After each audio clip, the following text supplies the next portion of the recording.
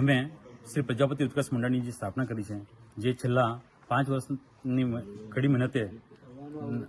બાદ અમે 2023માં મે મહિનાની અંદર અમે રજિસ્ટ્રેશનની સ્થાપના કરી છે. ત્યાર પછી અમે એના આગલા વર્ષે પ્રથમ સંમેલન ગયું હતું અને એ સંમેલન થયા બાદ આજે અમે આવતીકાલે 29/12 બીજું સંમેલન કરવા જઈ રહ્યા છીએ. અમારું ઉત્કર્ષ મંડળની સ્થાપના કરવા હેતુનો પાછળ હેતુ એક જ છે કે આમ તો અમારે રાજરાનગર ખાતે Shri Prajapati consumer and cooperative society છેલ્લા 35 વર્ષથી ચાલતી આવી છે, જેમાં નાણાકીય સહાયોની આપણે લેવડ દેવડ થતી આવી છે. તે છતાં અમે અમારા સમાજના પરિવારના વિકાસ માટે આ મંડળની રચના કરી છે, જેનો મુખ્ય હેતુ છે અમારે કે સમાજના બધા પરિવારોને આવરી એમનો વિકાસ કરવો,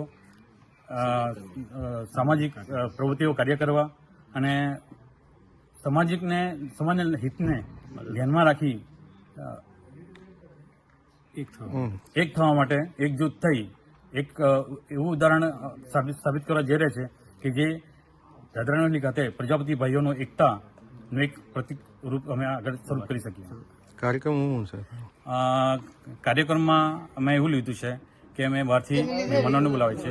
જેમાં નવસારીના ડૉક્ટર પરિમલભાઈ લાડ કેન્સર સ્પેશિયલ છે, જે નવસારી ખાતે સારી એવી પ્રતિષ્ઠા ધરાવે છે, તથા અમે આપણા સેલવાસના માજી ઉપપ્રમુખ નગરપાલિકાના ઉપપ્રમુખ હતા અજયભાઈ દેસાઈ તથા અમારા સમાજના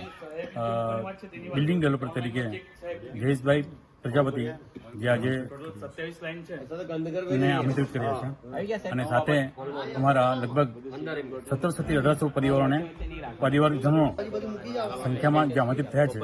જેમનું અહીં સાંસ્કૃતિક કાર્યક્રમો તથા મનોરંજન પણ થઈ શકે અને ત્યારબાદ અને ભોજન સમારંભ પણ રાખેલ છે, જેથી પ્રજાપતિ ભાઈઓ બધા એક જગ્યાએ ભેગા થાય, બધાનું એકબીજાનું મંતવ્ય એકબીજાને જાણે અને એકબીજાના આપલે કરી સમાજ માટે કંઈક કરી છૂટવાની ભાવના જાગે. અમારું સ્નેહ સંમેલન અબ્દુલ કલામ કોલેજ ડોકમડી ખાતે રાખેલ છે, જે સવારે 9 વાગ્યાથી શરૂઆત થશે અને બપોરે 2 થી 3 સુધીમાં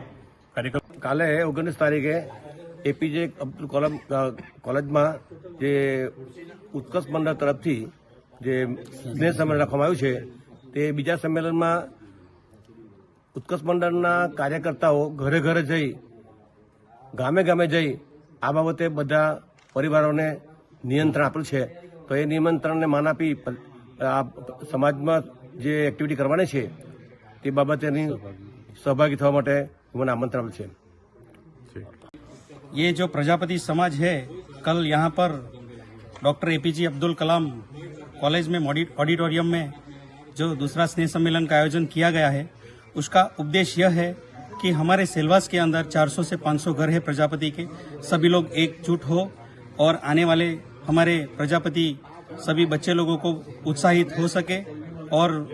अलग अलग यहाँ पर देखिए, हम देखते हैं कि सेलवास के अंदर काफी समाज एकजुट हो चुके हैं, तो हम सभी कार्यकरों ने मिलकर ये सोचा कि हमारा समाज भी संगठित हो और हमारे समाज में कुछ अच्छा हम कार्य कर सके और समाज में सभी बच्चे लोगों को प्रोत्साहित कर सके. एग्जाम के टाइम में हम प्रोत्साहित करते हैं बच्चे लोगों को,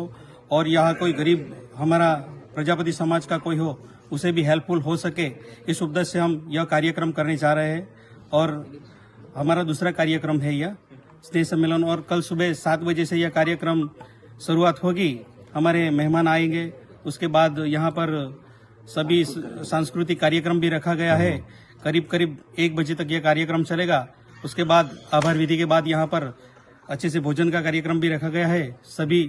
समाज के प्रजापति समाज के लोग यहाँ पर आएंगे और भोजन का आनंद लेकर के फिर यहाँ पर यह कार्यक्रम हम संपूर्ण करेंगे.